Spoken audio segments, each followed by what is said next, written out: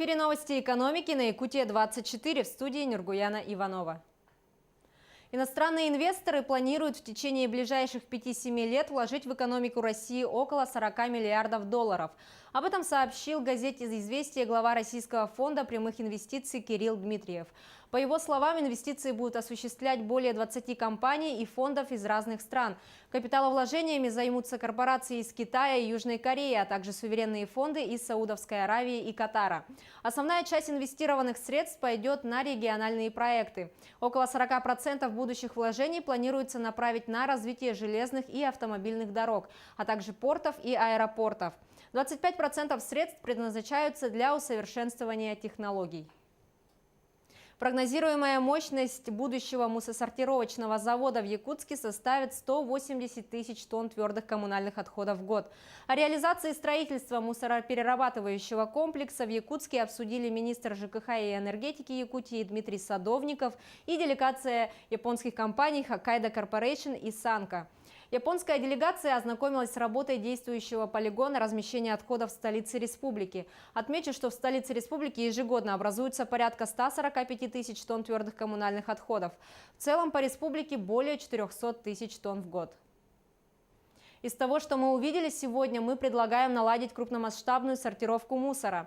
Для сортировки по нашим соображениям доступны древесина, бумага, бутылки, металл и стекло, которые могут пойти на вторичное производство, отметил президент компании «Санка» Мива Харуми. По мнению японской стороны, порядка 30% извлеченных объемов отходов можно будет отправлять на вторичное использование. Предложено продавать на утилизацию в Комсомольск-на-Амуре бумагу, пластик в Новосибирск, металл в Хабаровск и Красноярск.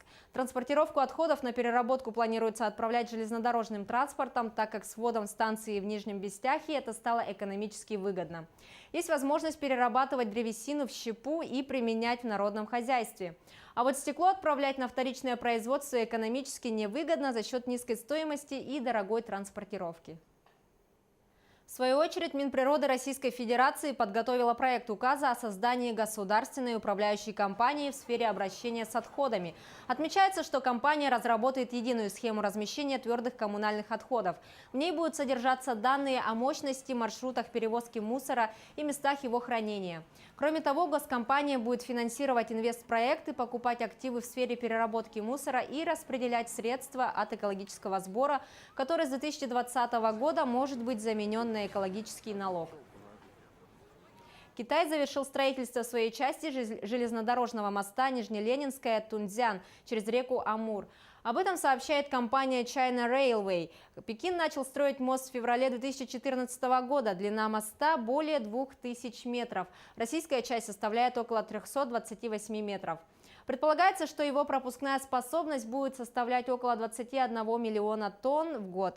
Нижнеленинская-Тунцзян – первый железнодорожный мост между Россией и Китаем. Он рассчитан на два пути. В России строительство финансируется Фондом развития Дальнего Востока и Байкальского региона. Предполагается, что проект сдадут в июне следующего года.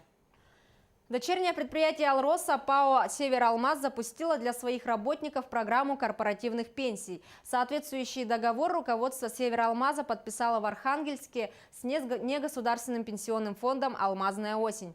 Корпоративная пенсионная программа позволит работникам сформировать дополнительную пенсию помимо государственной и обеспечить себе более высокий доход в старости.